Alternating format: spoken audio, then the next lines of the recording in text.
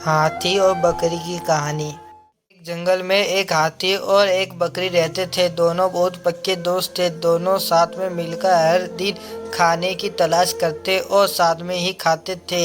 एक दिन दोनों खाने की तलाश में अपने जंगल से बहुत दूर निकल गए।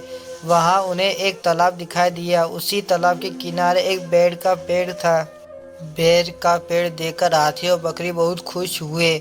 वह दोनों बेर के पेड़ के पास गए। फिर हाथी ने अपनी सूंड से बेर के पेड़ को जोर से हिलाया और जमीन पर ढेर सारे पके हुए बेर गिरने लगे। बकरी जल्दी जल्दी गिरे हुए बेरों को इकट्ठा करने लगी।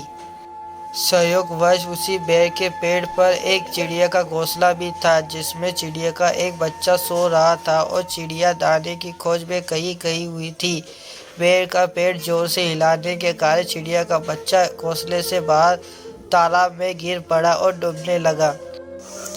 चिड़िया के बच्चों को डूबता हुआ देखकर उसे बचाने के लिए बकरी तालाब में कूद गई, लेकिन बकरी को तैरना नहीं आता था। इस वजह से वह भी तालाब में डूबने लगी।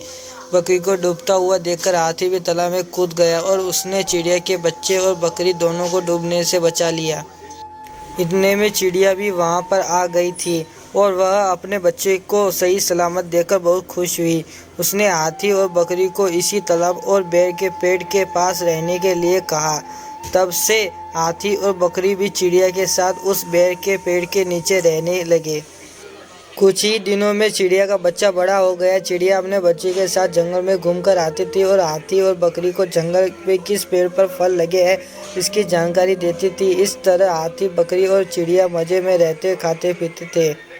कहानी से सीख, हमें किसी का बुरा नहीं करना चाहिए। अगर हमारी गलती से किसी को परेशानी होती है तो उस गलती को सुधारना चाहिए और मन मुटाव दूर करते हुए एक दूसरे की मदद करनी चाहिए। अगर कहानी अच्छी लगी तो लाइक, सब्सक्राइब और शेयर करना ना भूलें।